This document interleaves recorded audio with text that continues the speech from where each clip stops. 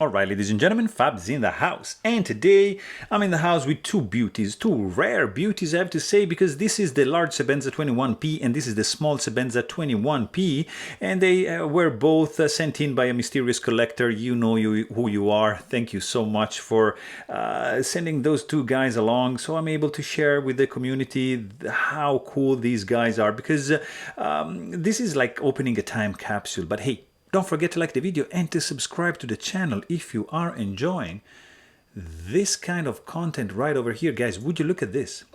This is something you don't see every day, because this is the origin where everything began. I mean, these are the Sebenza P. So the large Sebenza was introduced in 1990, and it was pretty much handmade. The handle and the blade were cut out individually and profiled by hand on the grinder. So that's how they started. And they started marking them as H, which stands for handmade, and it was followed by a serial number. Around 91, they bought a CNC machine, and they started to increase the tolerances and the production, of course, and to keep the costs down.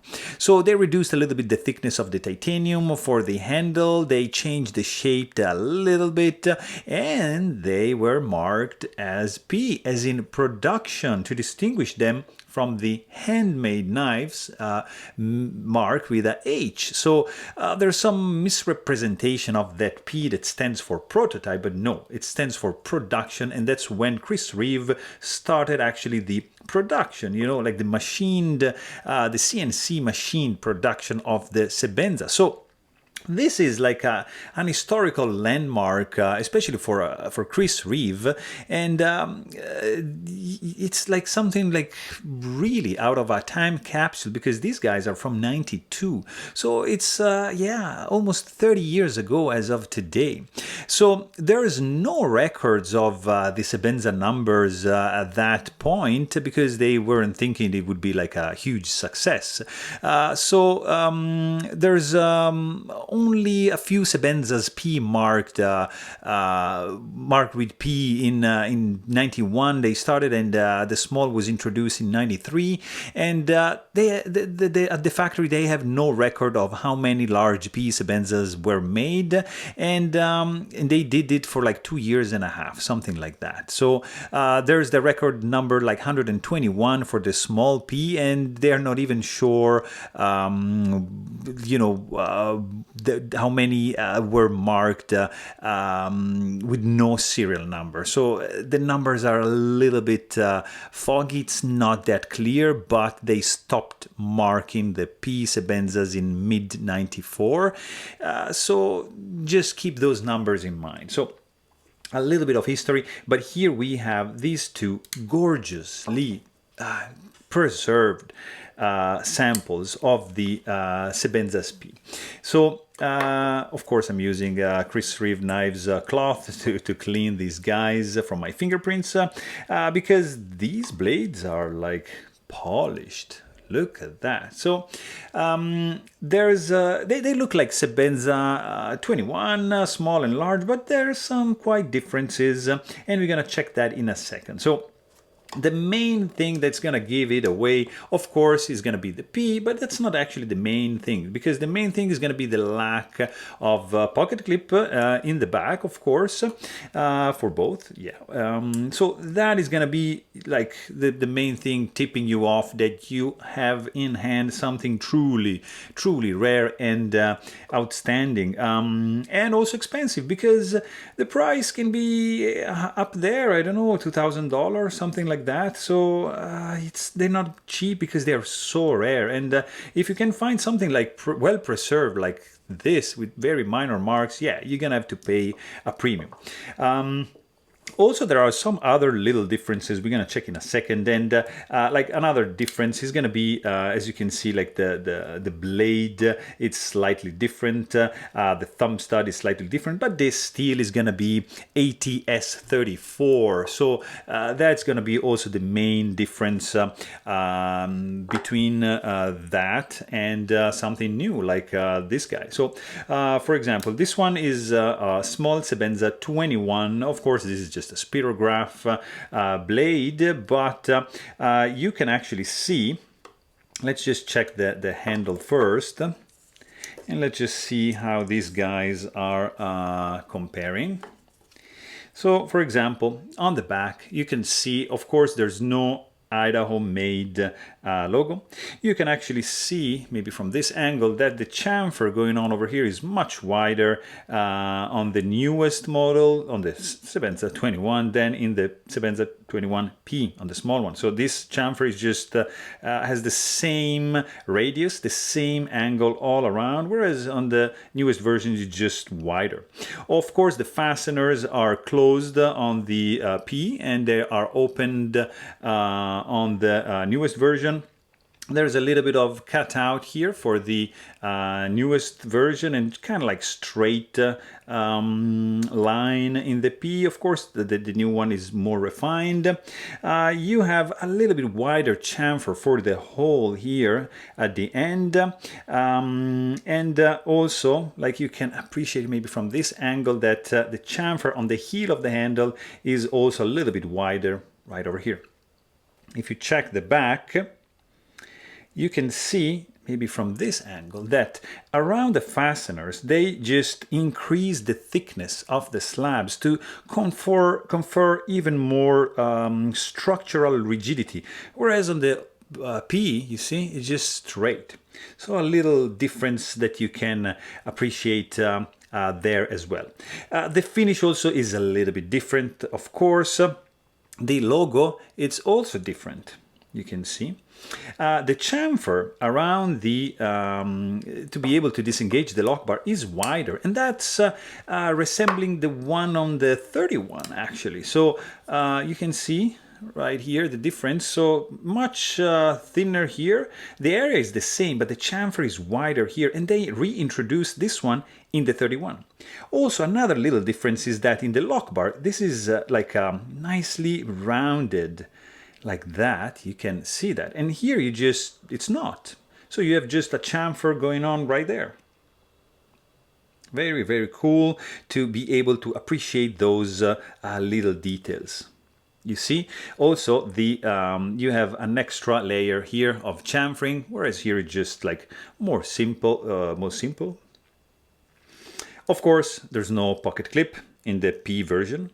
And if you check the blade, so the profile is a little bit different.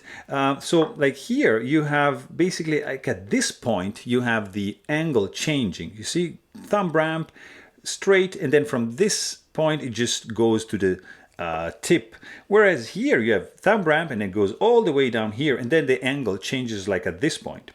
Also, maybe from this perspective, you're going to be able to appreciate the plunge grind, which is absolutely different. You see, in the P, it's just like straight perpendicular, whereas in this case, it's just more recessed and goes a little bit at an angle, like and a little bit further back. Maybe like that, you can appreciate that.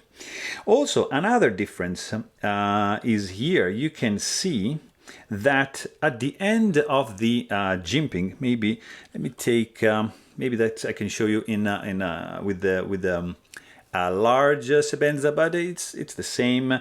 You see, at the end of the jimping, you have just a little D-shaped area, where in the P, it's a little bit longer. And also, like, the jimping is a little bit different, with a little bit less chamfer. So the spacing has increased, and it's like a little bit wider gaps in the P. Another pretty big difference is the thumb stud, which has a different shape. You can actually appreciate like here. So here there's like some rounds, concentric circles, whereas in this one you have the jimping only, sorry, like that, only on one side, and just it's like flush and smooth on the other side. And if you check the back, the chamfer around the thumb stud, it's a little bit wider in the P and just a little bit narrower in the latest versions of the 21. Let me just take the large one. So maybe I'm able to show you, yeah, here you can actually see the jimping better, and you can see that the gaps are different, and you can appreciate the thumb stud also being different. And of course, here you can appreciate that the finish being different. So you have the flats in the P, which are directional, whereas here the flats are just stone washed, and you have like the polished hollow grind, which are a little bit different. But here it's really apparent, the plunge grind. So you can see that here is just perpendicular, it just goes straight down here, and here is just at an angle, and it's exposing a little bit more and showing the stock thickness much better, and you can appreciate from this angle for sure. So also the other differences for the handle are going to be the same. You see wider chamfer here, this is milled, everything else is going to pretty much the same. And I just want to check something right over here. So let's just do like that. Let's just quickly check the stock thickness for the large 21, it's going to be 0.195, and for the P, stock thickness is going to be 0.124. Okay, so just a little bit different. And let's just check the thickness behind the edge, like this point over here, 0.026 for the P.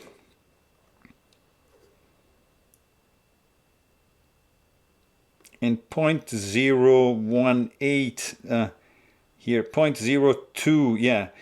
So a little bit thinner for the latest version. And I want to just check the thickness of the slab. So 0.15.